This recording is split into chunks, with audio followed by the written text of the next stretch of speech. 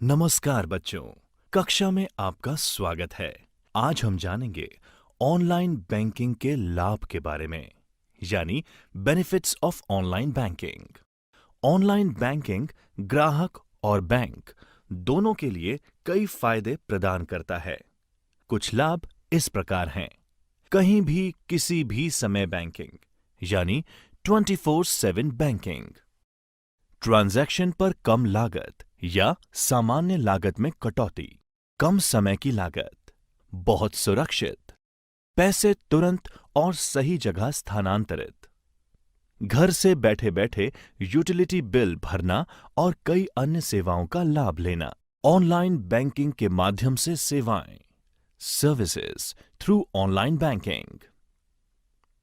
आज बैंक की लगभग सभी सेवाएं जो कि पारंपरिक बैंकिंग के साथ उपलब्ध हैं, उन्हें ऑनलाइन बैंकिंग के माध्यम से भी एक्सेस किया जा सकता है।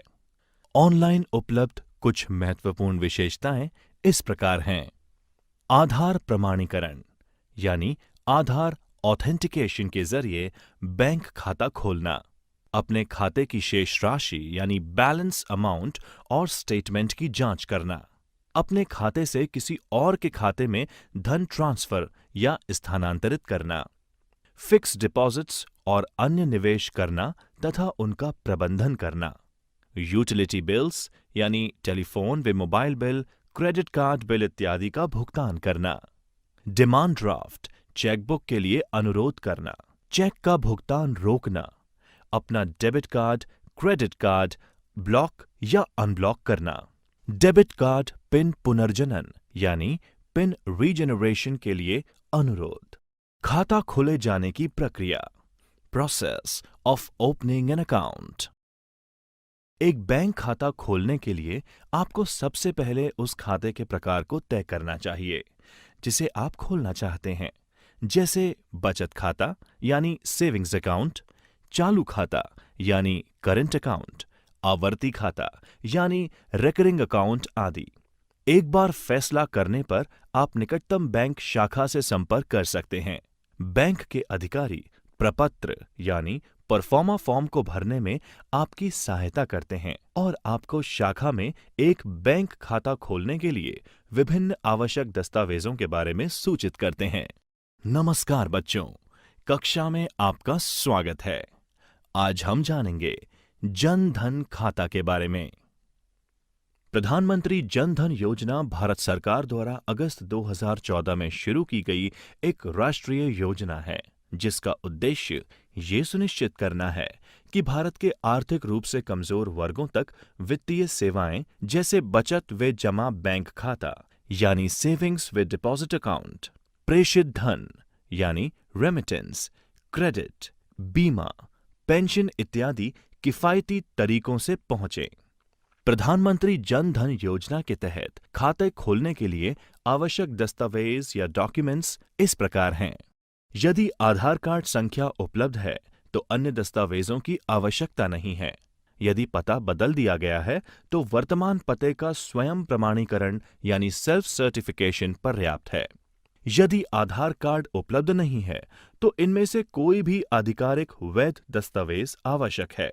मतदाता पहचान पत्र यानी voter ID, driving licence, PAN card, passport और नरेगा कार्ड। यदि इन दस्तावेजों में आपका पता शामिल है तो ये पहचान का सबूत और पता यानी आइडेंटिटी एंड एड्रेस प्रूफ दोनों के रूप में काम कर सकता है। यदि किसी व्यक्ति के पास ऊपर उल्लेखित आधिकारिक वैध दस्तावेज यानी ऑफिशियली वैलिड डॉक्यूमेंट्स नहीं हैं, लेकिन उसे बैंकों द्वारा कम जोखिम यानी लो रिस्क के रूप में वर्गीकृत या क्लासिफाइड किया गया है, तो वह इनमें से किसी भी दस्तावेजों में से एक को जमा करके बैंक खाता खोल सकता है।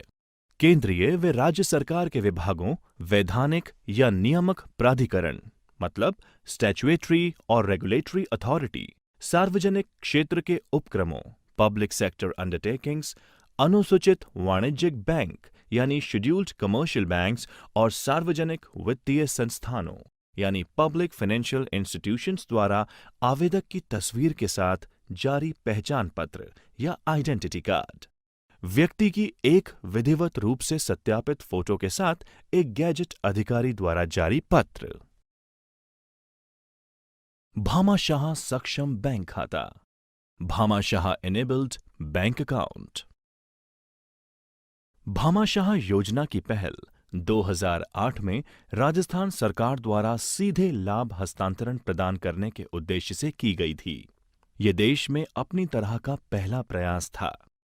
इस योजना का उद्देश्य वित्तीय समावेशन यानी फाइनेंशियल इंक्लूजन, महिला सशक्तिकरण यानी विमेन एम्पावरमेंट और प्रभावी सेवा वितरण यानी एफिशिएंट सर्विस डिलीवरी है। ये पारदर्शी या ट्रांसपेरेंट तरीके से लक्षित लाभार्थियों अर्थात टारगेट बेनिफिशरीज को नकद और गैर नकद लाभों को स्थानांतरित करने के लिए एंड टू एंड सेवा डिलीवरी प्लेटफॉर्म है। ये योजना वित्तीय समावेशन का एक परिवार आधारित कार्यक्रम है, जहां प्रत्येक परिवार को भामाशाह कार्ड जारी किया जाता है। ये कार्ड कोर बैंक खाते से जुड़ा हुआ है, जो परिवार के मुखिया यानी घर की महिला के नाम पर होता है। कार्ड बायोमेट्रिक पहचान और कोर बैंकिंग का प्रयोग करता है। भामाशाह कार्ड के माध्यम से कई कैश बेनिफिट्स का उपयोग किया जाएगा और उन्हें लाभार्थियों के बैंक खाते में सीधे स्थानांतरित किया जा सकेगा। गैर नकद लाभ सीधे हकदार लाभार्थियों को दिया जाएगा। भामाशाह योजना में नामांकन दोनों ऑफलाइन और ऑनलाइन तरीके से किया जा सकता है। ऑनलाइन नामांकन ई मित्र कियोस्क या भामाशाह पोर्टल के माध्यम से किया जा सकता है। आधार नंबर के साथ भामाशाह नामांकन किया जा सकता है। यदि आधार नंबर नागरिक के पास उपलब्ध नहीं है, तो आधार पंजीकरण करवाने और अपडेट करने के लिए चयनित ई मित्र और कियोस्क पर सुविधाएं उपलब्ध हैं। उपयोगी जानकारी।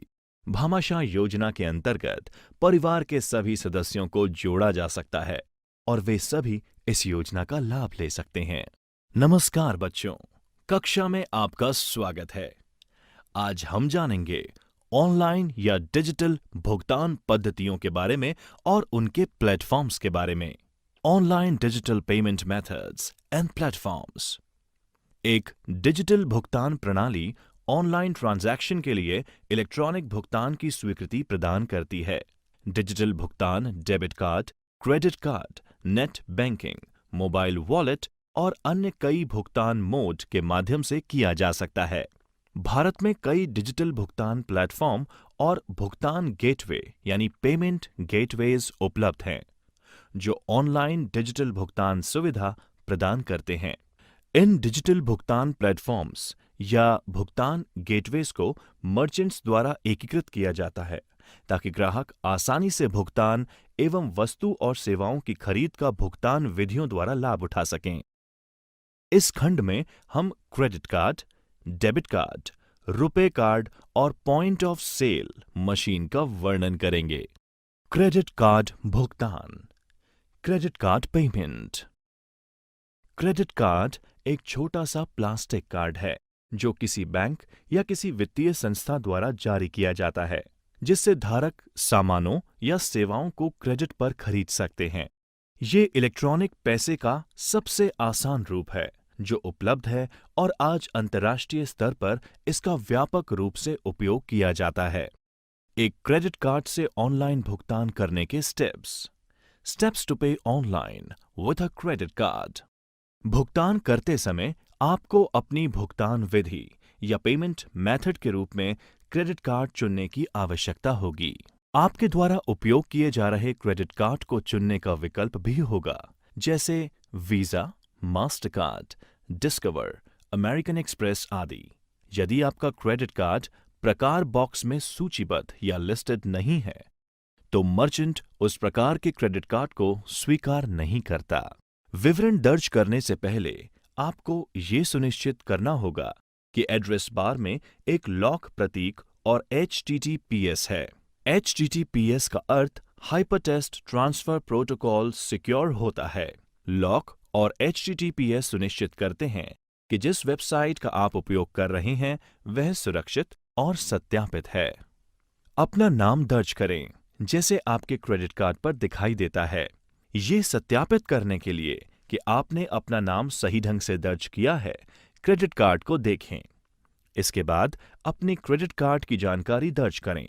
क्रेडिट कार्ड नंबर, आपके क्रेडिट कार्ड पर अंकित 16 अंक, समाप्ति तिथि यानी एक्सपायरी डेट और सुरक्षा कोड यानी CVV नंबर। आमतौर पर क्रेडिट कार्ड नंबर के बाद कार्ड के पीछे 3 अंकों की सुरक्षा कोड मुद्रित किया जाता है। अपने क्रेडिट कार्ड के लिए बिलिंग पता या बिलिंग एड्रेस दर्ज करें। ये वह पता है जिस पर आप अपना क्रेडिट कार्ड स्टेटमेंट प्राप्त करते हैं। ध्यान दें कि ये पता शिपिंग एड्रेस से भिन्न हो सकता है। उदाहरण के लिए, यदि आपके स्टेटमेंट पोस्ट ऑफिस पर प्राप्त होते हैं, लेकिन आप अपने ऑर्डर को अपने घर में भेजना चाहते हैं, या अगर आप किसी को उपहार के रूप में भेजना चाहते हैं। जब आप भुगतान बटन पर क्लिक करते हैं, तो आपको अपने पंजीकृत मोबाइल पर एक OTP यानी वन टाइम पासवर्ड प्राप्त होगा। प्रमाणीकरण पृष्ठ यानी ऑथेंटिकेशन पेज पर इस OTP को दर्ज करें और ट्रांजैक्शन पूर्ण करें। ट्रांजैक्शन के सफल समापन पर आपको एक ट्रांजैक्शन संदर्भ संख्या प्राप्त होगी। आपको इसे अपने संदर्भ उद्देश्य के लिए संभाल कर रखना चाहिए। आपके द्वारा किए गए भुगतान के साथ किसी भी तरह डेबिट कार्ड। एक डेबिट कार्ड, जिसे बैंक कार्ड या चेक कार्ड भी कहा जाता है, एक प्लास्टिक का भुगतान कार्ड होता है जिसका इस्तेमाल खरीदारी करते समय नकदी के बजाय किया जा सकता है। ये एक क्रेडिट कार्ड के समान है, लेकिन क्रेडिट कार्ड के विपरीत कोई ट्रांजैक्शन करते समय धन सीधे आपके खाते से ही डेबिट हो जाता है। एक डेबिट कार्ड से ऑनलाइन भुगतान करने के स्टेप्स टू पे online with a debit card. सुनिश्चित करें कि आपके खाते में पर्याप्त पैसा है। मर्चेंट वेबसाइट आपको भुगतान विधि या पेमेंट मेथड चुनने के लिए कहेगी। आपको अपनी भुगतान विधि या पेमेंट मेथड के रूप में डेबिट कार्ड चुनने की आवश्यकता होगी।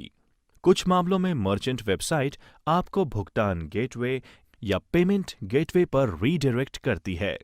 विवरण दर्ज करने से पहले आपको ये सुनिश्चित करना होगा कि एड्रेस बार में एक लॉक प्रतीक और HTTPS है। HTTPS का अर्थ हाइपरटेक्स्ट ट्रांसफर प्रोटोकॉल सिक्योर होता है। लॉक और HTTPS सुनिश्चित करते हैं कि जिस वेबसाइट का आप उपयोग कर रहे हैं वह सुरक्षित और सत्यापित है।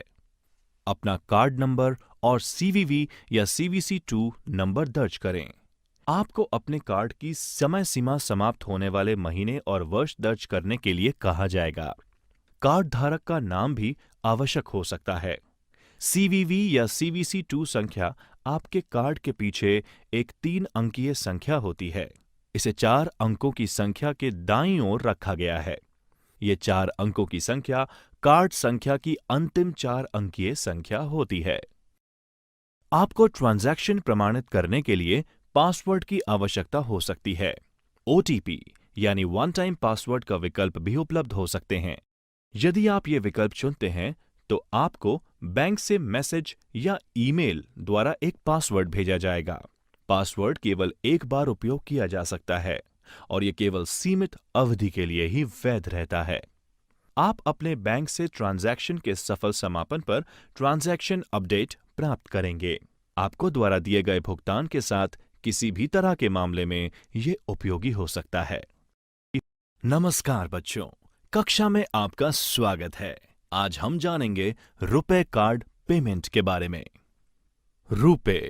रुपए और पेमेंट का एक संयोजन या कॉम्बिनेशन है। ये भारत के राष्ट्रीय भुगतान निगम यानी NPCI national payment corporation of India के द्वारा बनाया और लॉन्च किया गया है। ये कार्ड डेबिट कार्ड का एक भारतीय संस्करण है। ये देश में भुगतान प्रणालियों के एकीकरण के इरादे से बनाया गया है। रुपए डेबिट कार्ड से ऑनलाइन भुगतान करने के स्टेप्स टू पे online with a RuPay debit card. Merchant website पर जाएं और रुपए डेबिट कार्ड का उपयोग करने के लिए वेबसाइट पर कोई उत्पाद या सेवा ढूंढें। अपना मोबाइल नंबर दर्ज करने के बाद पेमेंट पेज पर जाएं और भुगतान विकल्प के तहत भुगतान मोड के रूप में रुपए डेबिट कार्ड चुनें। विवरण दर्ज करने से पहले आपको ये सुनिश्चित करना होगा कि एड्रेस बार में एक लॉक प्रतीक और HTTPS है। HTTPS का अर्थ हाइपरटेक्स्ट ट्रांसफर प्रोटोकॉल सिक्योर होता है। लॉक और HTTPS सुनिश्चित करते हैं कि जिस वेबसाइट का आप उपयोग कर रहे हैं वह सुरक्षित और सत्यापित है। प्रथम ट्रांजैक्शन, फर्स्ट ट्रांजैक्शन। इसके लिए पंजीकरण आवश्यक होता है। पहला ऑनलाइन ट्रांजैक्शन करने से पहले कार्ड धारक को ई-कॉमर्स के लिए सक्षम करने के लिए अपने रुपए कार्ड को पंजीकृत करना होगा। कार्ड धारक को भुगतान स्क्रीन या पेमेंट स्क्रीन पर सभी उचित रुपए कार्ड विवरण दर्ज करने होंगे, जैसे कि कार्ड नंबर, समाप्ति तिथि और CVV2, जो कि कार्ड के पीछे के 3 अंक हैं। बैंक के साथ पंजीकृत कार्ड धारक के मोबाइल नंबर, ईमेल आईडी और एक OTP यानी वन टाइम पासवर्ड भेजा जाएगा। ग्राहक OTP की वांछित प्राप्ति के लिए विकल्प या तो मोबाइल नंबर या ईमेल आईडी का चयन कर सकते हैं। ग्राहक को बैंक के साथ पंजीकृत मोबाइल नंबर या ईमेल आईडी पर प्राप्त OTP दर्ज करना होगा। कार्ड धारक को OTP द्वारा प्रमाणित करने के बाद कई चित्रों के मिश्रण का एक छोटा फ्रेम दिखाई देगा। कार्ड धारक को एक चित्र चुनना होता है। इस इमेज के बाद के सभी ट्रांजैक्शन के लिए याद रखना होता है। इसे पंजीकृत चित्र या रजिस्टर्ड इमेज के रूप में कहा जाता है। यदि कार्ड धारक पंजीकृत चित्र को भूल जाता है तो उसे पुनः पंजीयन करना पड़ता है। कार्ड धारक को एक वाक्यांश, जो कि अधिकतम 40 वर्ण तक होगा, प्रवेश करने के लिए कहा जाता है, जिसे भविष्य के ट्रांजैक्शन में पहचान के लिए याद रखना होता है। कार्ड धारक को एक स्वपरिवर्तनशील यानी स्क्रैम्बलिंग पिन पैड पेज दिखाया जाएगा। नमस्कार बच्चों, कक्षा में आपका स्वागत है। आज हम जानेंगे नेट बैंकिंग भुगतान के बारे में।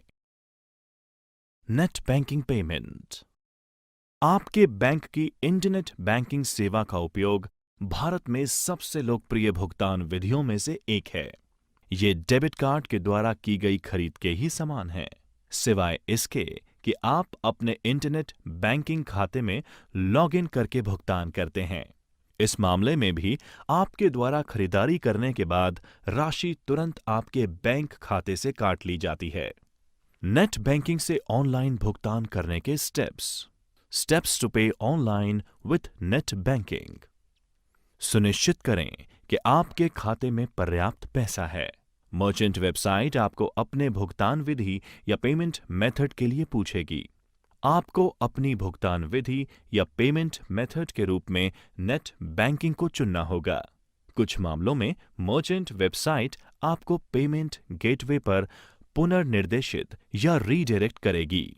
विवरण दर्ज करने से पहले आपको ये सुनिश्चित करना होगा कि एड्रेस बार में एक लॉक प्रतीक और HTTPS है। HTTPS का अर्थ हाइपरटेक्स्ट ट्रांसफर प्रोटोकॉल सिक्योर्ड होता है। लॉक और HTTPS सुनिश्चित करते हैं कि जिस वेबसाइट का आप उपयोग कर रहे हैं वह सुरक्षित और सत्यापित है। भुगतान पद्धति या पेमेंट मेथड के रूप में नेट बैंकिंग का चयन करते समय आपको अपने बैंक का चयन करने के लिए कहा जाएगा। ये आपका इंटरनेट बैंकिंग खाता है। फिर आपको भुगतान करने के लिए अपने बैंक की वेबसाइट पर पुनः निर्देशित किया जाएगा। अपने खाते में लॉगिन करने के लिए आपको क्रेडेंशियल्स यानी यूजर आईडी व पासवर्ड्स का उपयोग करना होगा। एक बार लॉगिन सफलतापूर्वक करने के उपरांत आपको अपनी राशि की पुष्टि करने की आवश्यकता होगी। अधिकांश वेबसाइट आपके भुगतान प्रक्रिया की सुरक्षा बढ़ाने के लिए अतिरिक्त प्रमाणीकरण के रूप में OTP यानी वन टाइम पासवर्ड का उपयोग करते हैं। OTP आपके बैंक खाते से पंजीकृत मोबाइल नंबर पर भेजा जाएगा। कुछ बैंक अतिरिक्त सुरक्षा और सुरक्षा सुविधाओं जैसे डेबिट कार्ड, पिन ग्रिड विवरण आदि भी पूछ सकते हैं। आप अपने बैंक से ट्रांजैक्शन के सफल समापन पर एक ट्रांजैक्शन अपडेट प्राप्त करेंगे। आपके द्वारा किए गए भुगतान के साथ किसी भी मुद्दे के मामले में ये उपयोगी हो सकता है। POS point of sale. Point of sale terminal यानी POS टर्मिनल एक इलेक्ट्रॉनिक उपकरण है जिसका इस्तेमाल खुदरा या रिटेल स्थानों पर कार्ड भुगतान प्रक्रिया में किया जाता है। एक पीओएस टर्मिनल आमतौर पर सभी तरह के क्रेडिट और डेबिट कार्ड भुगतान की सुविधा देता है और ये इस प्रकार काम करता है। किसी ग्राहक के क्रेडिट या डेबिट कार्ड की जानकारी पढ़ता है। ये जांचता है कि ग्राहक के बैंक खाते में धन पर्याप्त है भी या नहीं। ग्राहक के खाते से विक्रेता के खाते में धनराशि स्थानांतरित करता है, ट्रांजैक्शन दर्ज करता है और रसीद यानी रिसिप्ट प्रिंट करता है। उपयोगी जानकारी। मेक पेमेंट पर क्लिक करने के बाद रिफ्रेश कभी भी ना करें, क्योंकि पेमेंट गेटवे की साइट पर सफलतापूर्वक भुगतान होने के बाद पेमेंट मर्चेंट की साइट को स्थानांतरित हो रहा होता है। त्वरित समीक्षा। रुपे कार्ड के संदर्भ में एनपीसीआई का पूर्ण रूप क्या है? एक क्रेडिट कार्ड क्या होता है? मोबाइल भुगतान, मोबाइल पेमेंट्स। मोबाइल भुगतान या मोबाइल पेमेंट आमतौर पर मोबाइल डिवाइस से या उसके द्वारा की जाने वाली भुगतान सेवाओं से संबंधित है। इन्हें mobile money, mobile wallet, digital wallet भी कहा जाता है और ये सेवाएं फाइनेंशियल रूल्स के तहत संचालित की जाती हैं। ऐसी कई मोबाइल भुगतान सेवाएं हैं जिनका इस्तेमाल भारत में किया जा रहा है, जैसे डिजिटल या मोबाइल वॉलेट, यूपीआई यानी यूनिफाइड पेमेंट इंटरफेस, भीम BHIM यानी Bharat interface for money, USSD यानी unstructured supplementary service data, AEPS यानी Aadhaar enabled payment system, micro ATM इत्यादि। मोबाइल वॉलेट भौतिक वॉलेट यानी फिजिकल वॉलेट का डिजिटल समतुल्य यानी इक्विवेलेंट है, जिसमें हम पैसे रखते हैं। ये एक ऑनलाइन प्लेटफॉर्म है जो उपयोगकर्ता को एक बैंक अकाउंट की तरह पैसे रखने की सुविधा देता है। किसी उपयोगकर्ता या यूजर को मोबाइल वॉलेट प्रदाता यानी प्रोवाइडर के साथ एक खाता बनाने की आवश्यकता होती है। इस मोबाइल वॉलेट खाते में डेबिट, क्रेडिट, ऑनलाइन ट्रांजैक्शन या नकदी के माध्यम से पैसे जमा किया जाता है, जिसे उपयोगकर्ता बाद में खर्च कर सकता है। बैंक खाते के माध्यम से ऑनलाइन ट्रांजैक्शन और मोबाइल वॉलेट के बीच मुख्य अंतर ये है कि बैंकों के विपरीत मोबाइल वॉलेट में प्रत्येक ट्रांजैक्शन पर कितनी भी राशि हो, कोई शुल्क नहीं देना पड़ता। इसके अलावा ग्राहक को हर ट्रांजैक्शन पर अनावश्यक कार्ड विवरण और पिन नंबर दर्ज करने की जरूरत नहीं होती। ये आसान और सुविधाजनक है, क्योंकि उपयोगकर्ता को सिर्फ खाते में साइन इन कर भुगतान करना होता है। भारत में कई मोबाइल वॉलेट उपलब्ध हैं, कुछ बैंकों द्वारा और कुछ निजी कंपनियों द्वारा चलाए जा रहे हैं। ये ज्यादातर समान सेवाएं और एक ही प्रकार की ऑपरेटिंग प्रक्रिया प्रदान करते हैं। मोबाइल वॉलेट के कुछ उदाहरण हैं Paytm, SBI buddy, Freecharge, MobiKwik, PhonePe, Oxygen, M-Rupee, PayU money, Airtel money, Jio money, Vodafone M-Pesa, Axis bank Lime, ICICI pockets, speed pay इत्यादि। हम इस अध्याय में इनमें से कुछ पर चर्चा करेंगे। पेटीएम। पेटीएम को आप इसकी वेबसाइट www.paytm.com से या गूगल प्ले स्टोर से अपने स्मार्टफोन या मोबाइल पर डाउनलोड कर सकते हैं। अपने मोबाइल पर एक बार डाउनलोड और इंस्टॉल किए जाने के बाद आपको मोबाइल नंबर के साथ खुद को पंजीकृत करने के लिए पेटीएम ऐप खोलने की आवश्यकता होगी। आप पंजीकरण के बिना पेटीएम ऐप में लॉगिन भी कर सकते हैं, लेकिन फिर आप कोई ट्रांजैक्शन नहीं कर पाएंगे। एक बार लॉगिन करने के बाद पेटीएम पर उपलब्ध किसी भी सेवा जैसे ट्रांजैक्शन करने, वॉलेट में पैसे जोड़ने, अपने वॉलेट बैलेंस और लेन देन की जांच, किसी अन्य पेटीएम खाता धारक को पैसा देना, अपने यूटिलिटी बिलों का भुगतान करना और अपने मोबाइल नंबर पर रिचार्ज आप कर सकते हैं। आप फिल्म, ट्रेन, बस, हवाई जहाज, इवेंट टिकट आदि भी बुक कर सकते हैं। आप अपने पेटीएम वॉलेट में रिचार्ज या पैसा जोड़ने के लिए credit card, debit card, net banking जैसे किसी भी तरीके का उपयोग कर सकते हैं। आप ऐड मनी फीचर का उपयोग कर सकते हैं और अपने वॉलेट में पैसे जोड़ने के लिए इसका चरणबद्ध तरीके से अनुसरण कर सकते हैं। भारत में कई व्यापारी हैं जो पेटीएम के माध्यम से स्वीकार करते हैं। आपकी खरीद के बाद आप मर्चेंट के मोबाइल नंबर, ईमेल का उपयोग कर व्यापारी को पैसे हस्तांतरित कर सकते हैं या व्यापारी को पेटीएम द्वारा निर्दिष्ट प्री प्रिंट किए गए क्यूआर कोड को स्कैन कर सकते हैं। आप मर्चेंट को अपने वॉलेट के माध्यम से या credit card, debit card, net banking इत्यादि का उपयोग करके पैसे भेज सकते हैं।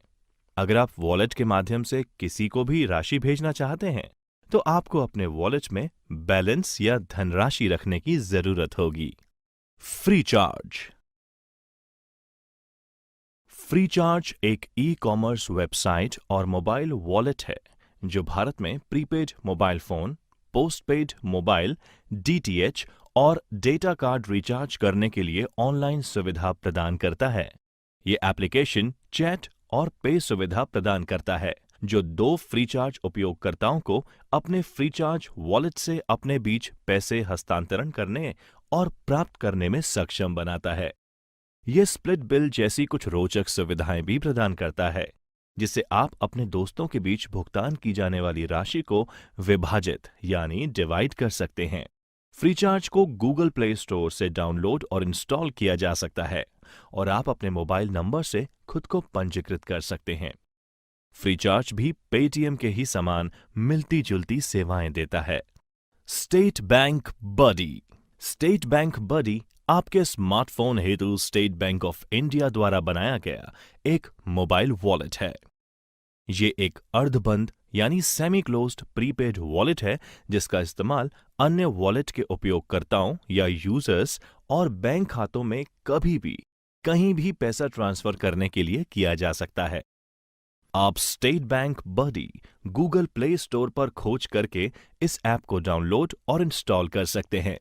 एक बार इंस्टॉल होने पर आप इसे खोल सकते हैं और अपना फेसबुक अकाउंट या मोबाइल नंबर का उपयोग करके खुद को पंजीकृत कर सकते हैं। यह एप्लीकेशन हिंदी और अंग्रेजी सहित कई भाषाओं में उपलब्ध है। आप इस ऐप पर उपलब्ध ये फीचर्स उपयोग कर सकते हैं। पैसा भेजना, अपना विवरण देखना, अपने एसबीआई बडी को निजीकृत यानी पर्सनलाइज करना, प्रीपेड मोबाइल और डीटीएच रिचार्ज करना, अपने बिलों का भुगतान करना, मूवी टिकट बुक करना, ऑनलाइन मर्चेंट भुगतान करना आदि। उपयोगी जानकारी। प्रत्येक नागरिक को अपने मोबाइल वॉलेट पासवर्ड को सुरक्षित रखना चाहिए और इसे किसी के भी साथ साझा यानी शेयर नहीं करना चाहिए। ओटीपी जो कि वन टाइम पासवर्ड है, सुरक्षा सुविधा को सदैव इनेबल करके रखना चाहिए ताकि जब भी कोई व्यक्ति आपके वॉलेट में लॉगिन करने का प्रयास करे तब आपको उसकी जानकारी मिल सके। बिना सही ओटीपी दर्ज किए कोई भी व्यक्ति आपके खाते में प्रवेश नहीं कर सकता है। नमस्कार बच्चों, कक्षा में आपका स्वागत है। आज हम जानेंगे यूपीआई यानी यूनिफाइड पेमेंट इंटरफेस के बारे में। यूनिफाइड पेमेंट इंटरफेस भारत के सभी खुदरा भुगतान प्रणालियों के लिए राष्ट्रीय भुगतान निगम यानी NPCI national payment corporation of India द्वारा विकसित एक भुगतान प्रणाली है जो स्मार्टफोन के उपयोग से किसी भी 2 बैंक खातों के बीच धन हस्तांतरण की अनुमति देता है। यूपीआई एक ग्राहक को बिना क्रेडिट कार्ड विवरण, आईएफएससी कोड या नेट बैंकिंग, वॉलेट पासवर्ड का विवरण दर्ज किए एक बैंक खाते से अलग-अलग व्यापारियों को ऑनलाइन और ऑफलाइन भुगतान करने की अनुमति देता है। UPI application Google play store से डाउनलोड किया जा सकता है। इस ऐप को इंस्टॉल करने के बाद आपको नाम, वर्चुअल आईडी यानी भुगतान का पता, पासवर्ड इत्यादि जैसे विवरण दर्ज करके अपना प्रोफाइल बनाने की आवश्यकता होती है। इसके बाद आप add, link, manage bank account विकल्प पर जा सकते हैं और वर्चुअल आईडी के साथ बैंक और खाता नंबर लिंक कर सकते हैं। आपको एमपिन यानी mobile banking personal identification number तैयार करना होता है क्योंकि ये मोबाइल के माध्यम से किसी भी ट्रांजैक्शन के लिए आवश्यक होता है। एमपिन जनरेट करने के लिए ये स्टेप्स हैं। उस बैंक खाते का चयन करें जहां से आप ट्रांजैक्शन शुरू करना चाहते हैं और मोबाइल बैंकिंग पंजीकरण एमपिन जनरेट करें, विकल्प का चयन करें। आपको अपने पंजीकृत या रजिस्टर्ड मोबाइल नंबर पर जारीकर्ता बैंक यानी इशूइंग बैंक से वन टाइम पासवर्ड यानी ओटीपी प्राप्त होगा। आपको डेबिट कार्ड नंबर के अंतिम 6 अंक और समाप्ति तिथि यानी एक्सपायरी डेट दर्ज करने होंगे। ओटीपी और पसंदीदा संख्यात्मक एमपिन जो भी आपको सेट करना है दर्ज करें और सबमिट पर क्लिक करें। सबमिट करने के बाद ग्राहक एमपिन बदलने के लिए नोटिफिकेशन सक्सेसफुल या डिक्लाइंड प्राप्त करता है। पुराना एमपिन और पसंदीदा एमपिन जो सेट करना हो दर्ज करें और सबमिट पर क्लिक करें। सबमिट करने के बाद ग्राहक को नोटिफिकेशन सक्सेसफुल या डिक्लाइंड भी प्राप्त होता है। आप आत्मव्याख्यात्मक यानी सेल्फ एक्सप्लेनेटरी चरणों का पालन करके पुश यानी वर्चुअल पते का उपयोग कर धन भेजना और पुल यानी वर्चुअल पते का उपयोग करके पैसे मंगवाने का अनुरोध कर सकते हैं। प्राप्तकर्ता या अनुरोधकर्ता जो कि रिसीवर है को अपने बैंक खाते के क्रेडिट के लिए बैंक से नोटिफिकेशन और मैसेज यानी एसएमएस प्राप्त होता है। Bhim Bharat interface for money. Bhim UPI पर आधारित एक एकीकृत यानी यूनिफाइड भुगतान समाधान एप्लीकेशन है। यदि आपने अपने बैंक खाते पर यूपीआई आधारित भुगतानों के लिए साइन अप किया है जो आपके मोबाइल नंबर से भी जुड़ा हुआ है, तो आप डिजिटल ट्रांजैक्शन करने के लिए भीम ऐप का उपयोग करने में सक्षम होंगे। इसमें वे सभी भारतीय बैंक शामिल होते हैं जो तत्काल भुगतान सेवा के आधार पर बने प्लेटफॉर्म का उपयोग करते हैं और उपयोगकर्ता को किसी भी दो पार्टियों के बैंक खातों के बीच तुरंत धन हस्तांतरण करने की अनुमति देते हैं। भीम ऐप का उपयोग करने के तरीके के बारे में हम यहां पर चरण दर चरण यानी स्टेप बाय स्टेप जानेंगे। एंड्रॉयड या आईओएस उपयोगकर्ता भीम ऐप की खोज प्ले स्टोर या ऐप स्टोर पर करके इसे डाउनलोड कर सकते हैं। एप्लीकेशन इंस्टॉल करें और अपनी भाषा चुनें। ऐप आपको एसएमएस के उपयोग से अपना फोन नंबर सत्यापित यानी ऑथेंटिकेट करने के लिए संकेत देगा। इसके उपरांत नेक्स्ट पर क्लिक करें और सत्यापन प्रक्रिया पूरी होने तक प्रतीक्षा करें। एक बार सत्यापन पूर्ण हो जाने पर 4 अंकों का पासकोड दर्ज करें। एक पासकोड सेट होने के बाद ऐप आपको अपने बैंक का चयन करने के लिए कहता है। एक बार बैंक का चयन करने के बाद ऐप आपको फोन नंबर का उपयोग करके आपके विवरण को स्वचालित रूप से उठाता है।